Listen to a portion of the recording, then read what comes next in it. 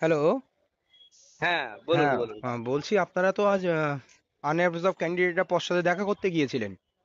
তো হ্যাঁ, হ্যাঁ, কি হ্যাঁ। কি হলো যে আপনাদের যে বাকি নিয়োগটা বাকি রয়েছে 20-22 আনঅ্যাবজর্ভদের নিয়ে যে নিয়োগটা বিষয়, তো হ্যাঁ, কি হলো? দেখুন, হ্যাঁ, আজকে আমরা প্রথমেই আলী হোসেন আলমগীর স্যারের কাছ থেকে অর্ডার কপি নিয়ে গিয়ে হ্যাঁ, এবং ওনার লেখা প্যাডে আমরা চিঠি নিয়ে গিয়ে পর্ষদে পৌঁছালাম। হ্যাঁ, ওখানে আমরা ল সেকশনের অফিসারের সঙ্গে কথা বলেছি। হ্যাঁ, উনি বলেছেন যে অর্ডার কপি জমা নিয়েছেন এবং উনি বলেছেন হ্যাঁ, যে এই 2022 রিক্রুটমেন্ট প্রক্রিয়ায় কিছু জটিলতা রয়েছে হুম, এবং যেই ক্লারিফিকেশনটা সুপ্রিম কোর্ট থেকেও সঠিকভাবে পায়নি। হুম, অবশ্যই আপনাদের এই আমরা অর্ডার অনুযায়ী কাজ করব।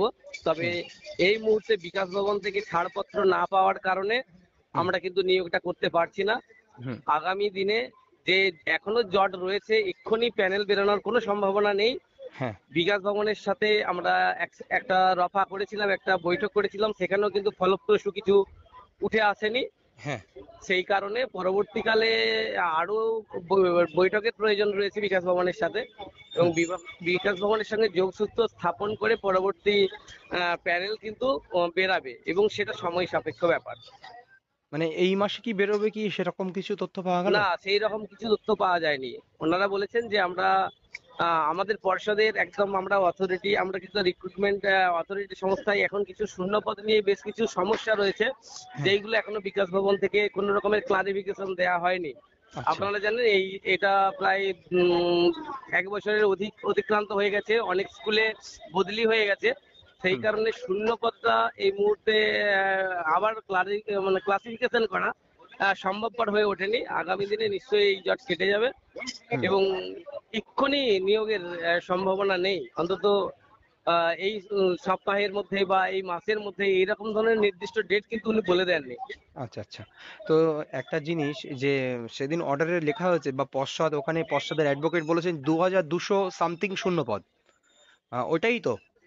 হ্যাঁ, দেখুন, ওখানে আপনারা নিশ্চয়ই জানেন যে পর্ষদ কিন্তু 2200 যে শূন্য পদ, ওটা আমাদের অ্যাপ্রক্সিমেটলি কথাটা কিন্তু উল্লেখ করা ছিল অর্ডারে। হুম, সেই অনুযায়ী হুম, এখনো নির্দিষ্ট শূন্য পদের সংখ্যা হুম। অবশ্যই কিছু বাড়ার সম্ভাবনা রয়েছে, তবে সেই বিষয়ে কোনো মুখ খুলতে উনি চাননি। আচ্ছা, উনি আচ্ছা। বলেছেন যে আমরা এটা আমরা এক্ষুনি আমরা কোনো রকমের ক্লারিফিকেশন দিচ্ছি না আপনাকে শূন্যপদ নিয়ে। হুম, পরবর্তীকালে আমরা এটা ডিসাইডেড করব। আচ্ছা, আচ্ছা। পর্ষদ ডেপুটি সেক্রেটারির সঙ্গে দেখা হয়নি, তাই তো? হ্যাঁ, পর্ষদের ডেপুটি সেক্রেটারির সঙ্গে দেখা হয়নি, ল অফিসারের সঙ্গে আজকে কথাবার্তা হয়েছে। আচ্ছা।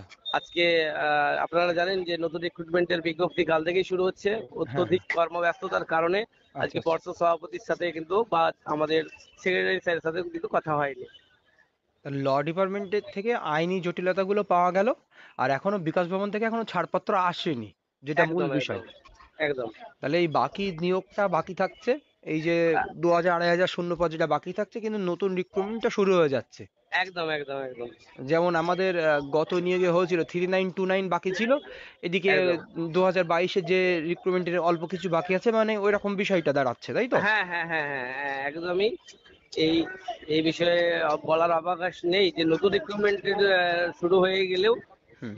এটা যে কবে ছাড়বে তার নিশ্চয়তা এখনো পর্যন্ত পর্ষদ পা- ঠিক করে উঠতে পারেনি। মানে এর অনেক আইনি জটিলতা রয়েছে। একদম, এখনো জটিলতা রয়েছে। এখনো কোনো রকমের ক্লারিফিকেশন পাওয়া যায়নি যে হুম। শূন্যপদ কি হবে, কত হবে কিন্তু এবং একটা কবে বিষয়, নিয়োগ হবে। ওরা তো হ্যাঁ, একটা সুপ্রিম কোর্ট একটা টাইম ফ্রেম বেঁধে দিয়েছিল, সেই টাইম ফ্রেমে এরা তো নিয়োগ করতে পারেনি প্রথমত। এদিকে তো 20-22-এর ছেলেমেয়েরা আবার কন্টেম্প ফাইল করেছে সুপ্রিম কোর্টে। হ্যাঁ, কন্টেমে পর্ষদের উত্তর নিশ্চয়ই রেডি রয়েছে। হুম, ওনারা জানাবেন যে সুপ্রিম কোর্টকেও এটার ক্লারিফিকেশন করে দিতে বলেছিল যে কত শূন্য পদ, কাদের কাদের নিয়ে নিয়োগ, এই সমস্ত ব্যাপারে। এবং আপনারা জানেন যে ডিভিশন বেঞ্চের অর্ডারে কিছুটা স্পষ্ট হয়েছে, হুম, কিন্তু সেই ব্যাপারটাও উনি আগামী দিনে সুপ্রিম কোর্টে এই ব্যাপারটা ডিভিশন বেঞ্চের অর্ডারটাও ওনারা তুলে ধরবেন বলে বলেছেন। হুম, ঠিক, ঠিক। মানে এই যে ডিভিশন বেঞ্চের এই অর্ডারটা, মানে পর্ষদ কি সুপ্রিম কোর্টে তুলবেন? অবশ্যই, অবশ্যই পর্ষদের কম্বাইন করার ক্ষেত্রে কোনো অসুবিধা নেই। হুম। এই ব্যাপারটা তুলেই হয়তো কন্টেম্প থেকে বাঁচার চেষ্টা করবে, যেটা আমার নিজস্ব মানে মতামত। ডিভিশন বেঞ্চে যেহেতু একটা শুনানি ছিল, হ্যাঁ, সেহেতু একদম, এটার জন্য একদম, আমি ওয়েট করছিলাম। একদম, রাইট। একদম, একদম। ওকে, থ্যাংক ইউ ইনফরমেশন হ্যাঁ, দেওয়ার জন্য। আপনাকেও ওকে, আচ্ছা, আপনাকেও ধন্যবাদ। ওকে।